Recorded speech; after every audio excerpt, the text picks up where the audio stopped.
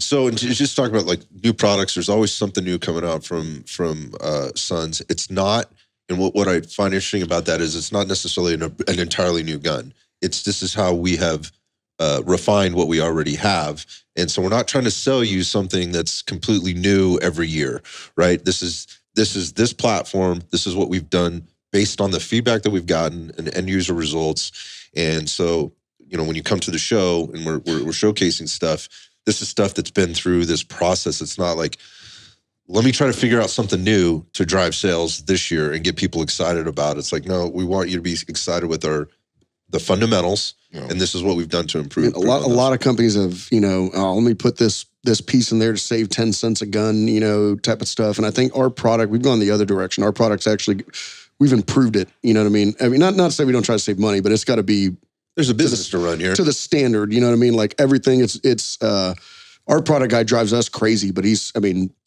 our engineers and stuff are super anal, you know what I mean, about getting things right. And it's not the fastest way to do things, doing it right. Oh, I'm sure there's a lot of heated conversations. I am very proud to say that the guns that we build today are the best guns we've ever built. Absolutely. And the guns we'll build tomorrow are going to be better than that. And that is not true across the board. There are several companies I have seen that started out with really awesome guns, but as they grew, the bean counters got involved, or something happened. Or they listen to the comment section, or they listen to the comment, right, or whatever that is, and you're building more guns, but are they as good as they used to be? I can honestly say we're not only building more guns, we're building the best guns we've ever built, and then tomorrow we'll build the best guns we've ever built, and so on, because that's the mentality. It's a lot easier to get out of bed in the morning, knowing that too.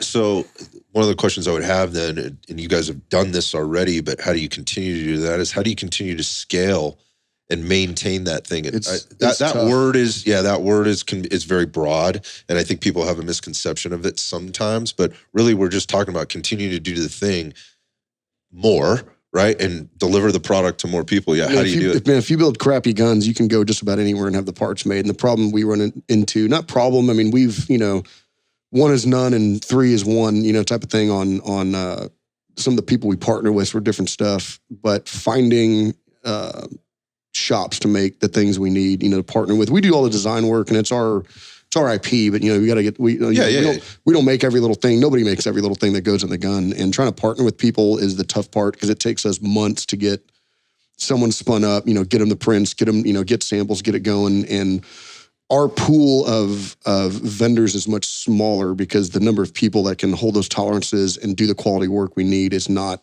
everybody. I mean, it's maybe 10% of everybody. Is that the number one restriction? Yeah, definitely. Yeah. Okay. So that's what I was looking for, because I've heard this before, and if you go back a couple of years, I know that was even harder to do. It's actually gotten a little easier. There's been more shops with higher quality work standing up, but it's still very difficult to find.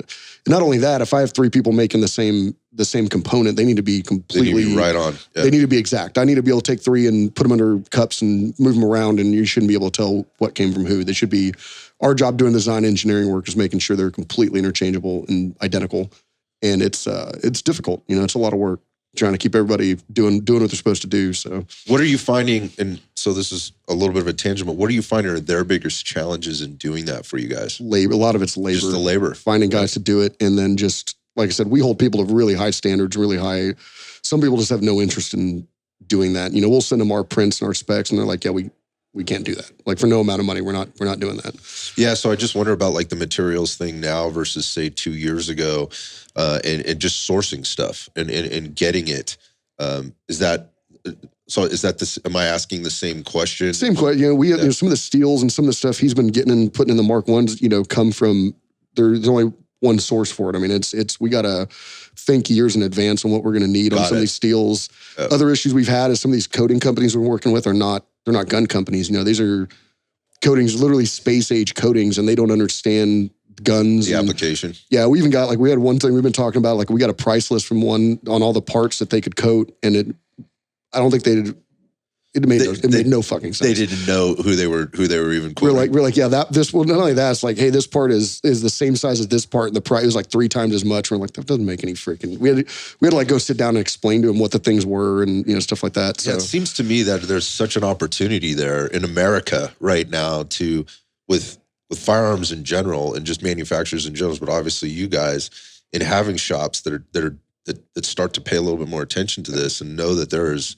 some money to be made there if you put effort into it and make a commitment to doing it. And the other part of it is making sure you're working with the right people if you're doing that. I've been saying this for a long time. I was like, if I had to do it over right now, I would have gone into metallurgy and machining, knowing what I know now about firearms and how people build them, and the nerds. You guys are freaking nerds, and I love that. Like I love talking to guys like you because you're half the stuff goes right over my head, and the other stuff I pick up.